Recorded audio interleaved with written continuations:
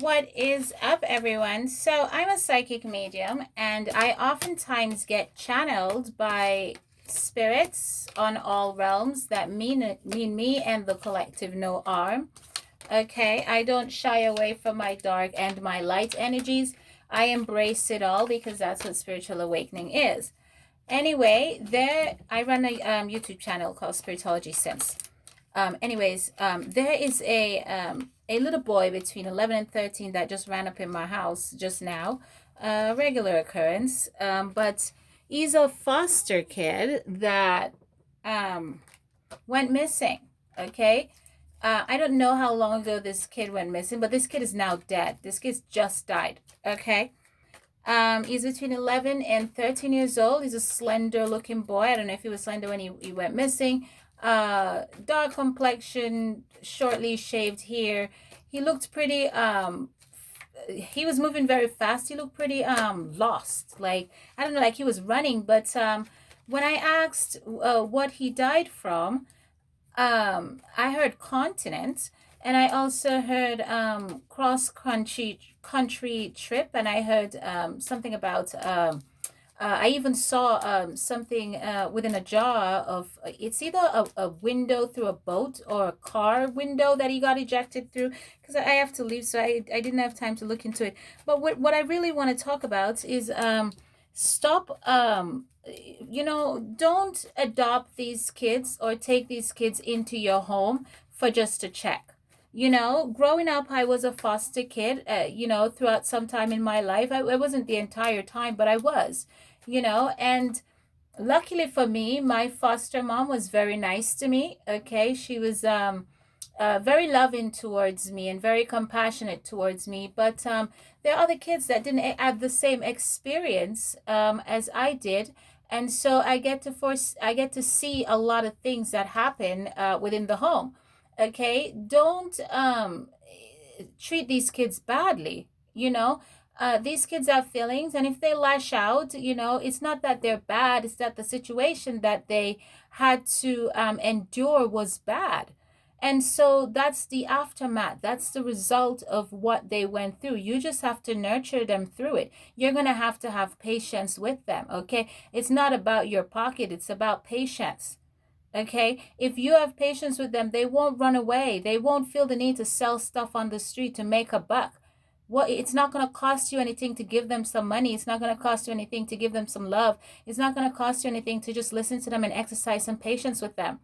If they want a healthy way to express their anger, go to the dollar store or something. Go to the thrift store. Get some drinking glass or something that they can break healthily, and let them break it. Let them channel their energy if they have that type of anger or something. Anything. There are different methods and ways in which you can assist these children. Okay, you don't have to ignore them. You don't have to speak down to them. It's not depression that kills kids. It's isolation. It's making them feel unwanted. Okay, stop pushing them outside the home, because this little boy just died, and this little boy was a runaway kid, and if he was loved and nurtured, he wouldn't have ran away. Okay, he would have felt safe enough to stay, because that's what they want. They want to feel safe. They want to stop moving from chapel to post. That's what I wanted when I was a kid. I wanted to stop bouncing from house to house. I wanted to stop everybody to stop rejecting me, from mom to dad to aunt. Nobody had time. They want your time. Time is an illusion, energy is fluid, but that's all they need. Okay, they need someone to stop and say, you're worth listening to, you're worth hugging, you're worth talking to. Your voice is important. I want to hear what you have to say, even if I don't understand it. This boy is now dead. Okay? This boy's dead. There are kids out there that are screaming, is anybody there? I was one of those kids. I was screaming those exact words, and maybe that's why they gravitate towards me when they die. Because spirits tends to channel spirits of like-minded spirits. Okay, that kid is now dead, and I'm just hearing now that he was mixed up in some type of gang or some type of affiliation or something like that. Something with water, something with I even like a boat or something. He traveled somewhere. He went somewhere. I didn't look into it, but it's highly disturbing, and I just want to put it out there. Stop putting them on all these pills. Pills have side effects. They don't need pills. They need love. Okay? I was on pills and it took love to take me off pills, but it wasn't outside love. It was self-love. I had to fight for myself. Not everybody has it in them to fight for themselves. Some people need some people to fight for them, and that's okay. Each one help one. But stop taking these kids for a paycheck. Take them because you love them. Trust me. Love heal all things. Isn't that why you pray? Isn't that why you turn to God? Have you ever turned to God and feel hurt? No, every time you turn to God, you feel good. Because love heals, it doesn't hurt. That is why you pray. That is why when you're in danger, you look to God. That is why when you're on your back, you look to God. That is why when you are on your knees, you look to God.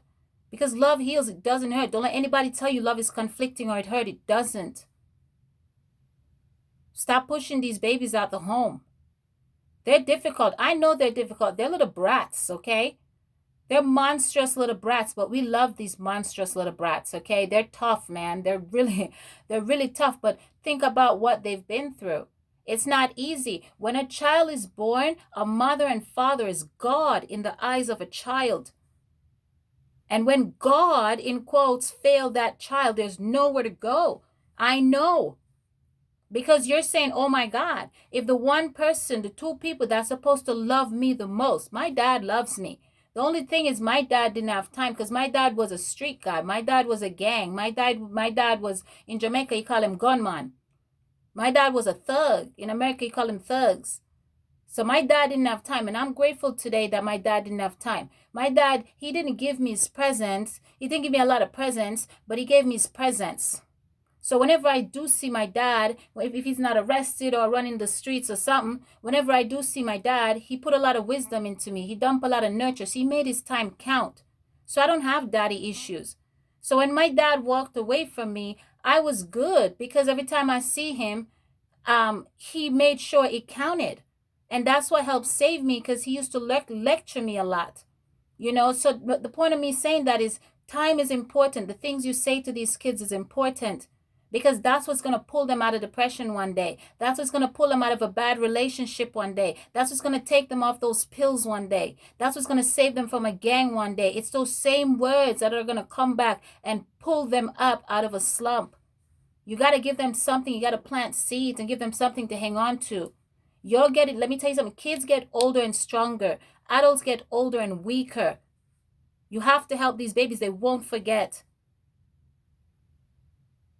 They're annoying now and they're little brats now. Sometimes you got to give them some tough love because they will overpower you, but don't push them out of the house, man. It ain't worth it, man. It ain't worth the little check you're collecting. It's not that difficult to love somebody. It's not that difficult. You'll be surprised. If you dump that love into them, you'll be surprised how much love you dump into your own self.